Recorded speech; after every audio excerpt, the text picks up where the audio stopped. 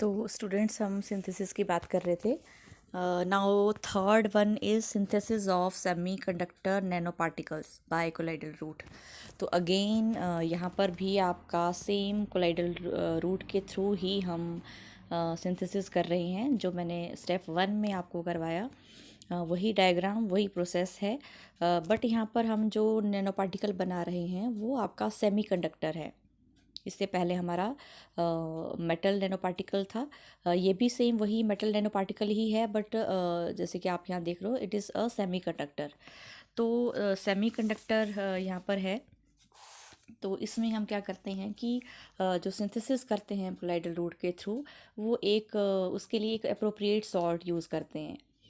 एक particular salt जो भी जिसका भी हमें नैनो पार्टिकल बनाना है उसका हम पर्टिकुलर सॉल्ट यूज़ करते हैं।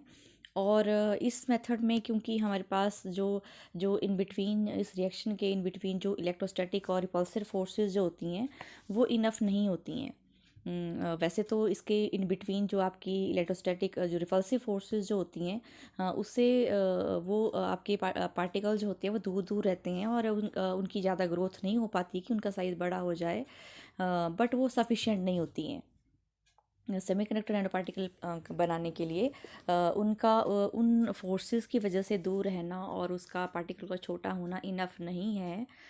तो इसके लिए हमें कुछ और ऐसा कुछ करना पड़ता है कि जैसे कि आपके जो पार्टिकल्स हैं वो दूर रहें।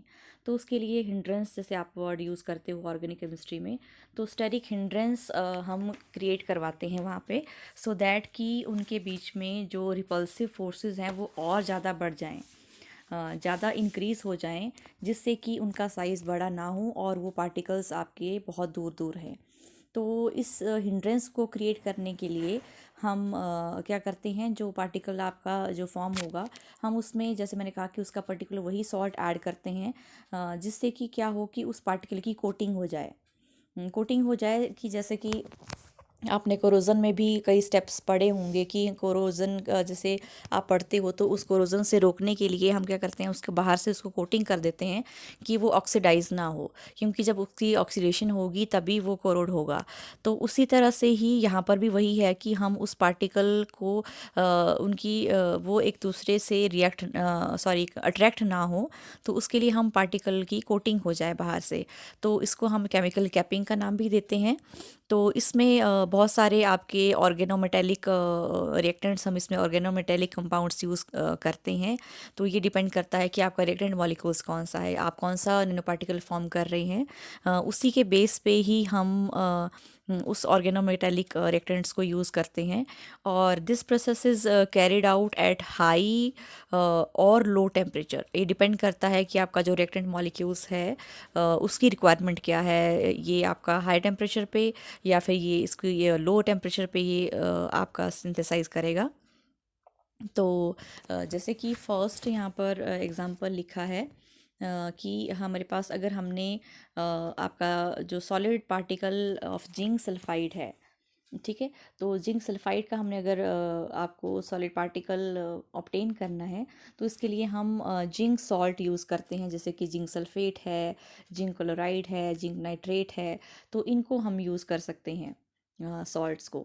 और वैसे ही अगर जिंक ऑक्साइड अगर हमें वो अगर हमें चाहिए सॉलिड फॉर्म में, उसका पार्टिकल अगर चाहिए, तो यहाँ पर हम उसके सॉल्ट्स को यूज़ करेंगे।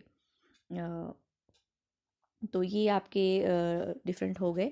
और इसके बाद एक एग्जांपल हम लेते हैं, जैसे कि मैंने कहा कि अकॉर्डिंग टू रिएक्टेंट मॉलिक्यूल्स हम लो या हाई टेम्परेचर पे उसको लेते हैं, और उसके अकॉर्डिंग हम ऑर्गेनोमेटेलिक रिएक्टेंट्स उसमें यूज़ करते हैं।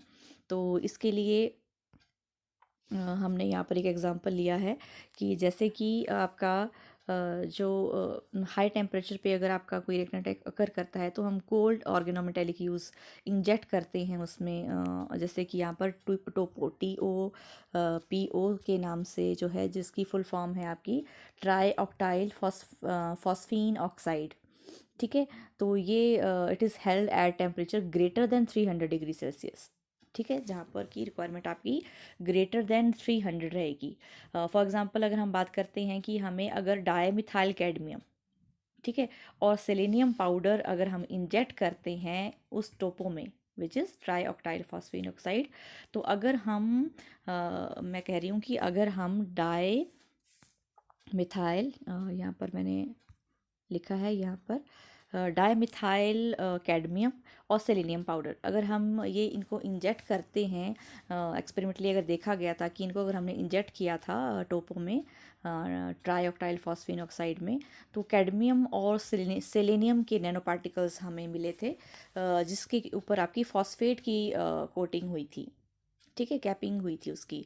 तो फॉस्फेट की कैपिंग होने की वजह से जो कैडमियम के पार्टिकल्स थे और जो सेलेनियम के जो आपके पार्टिकल्स थे, उनके ऊपर जब फॉस्फेट की कैपिंग हो गई तो उनके बीच बाकी पार्टिकल्स के साथ उसकी अट्रैक्शन नहीं हुई, उनका एग्रीगेशन नहीं हुआ, सो दैट कि उनका साइज़ इंक्रीज ना हो।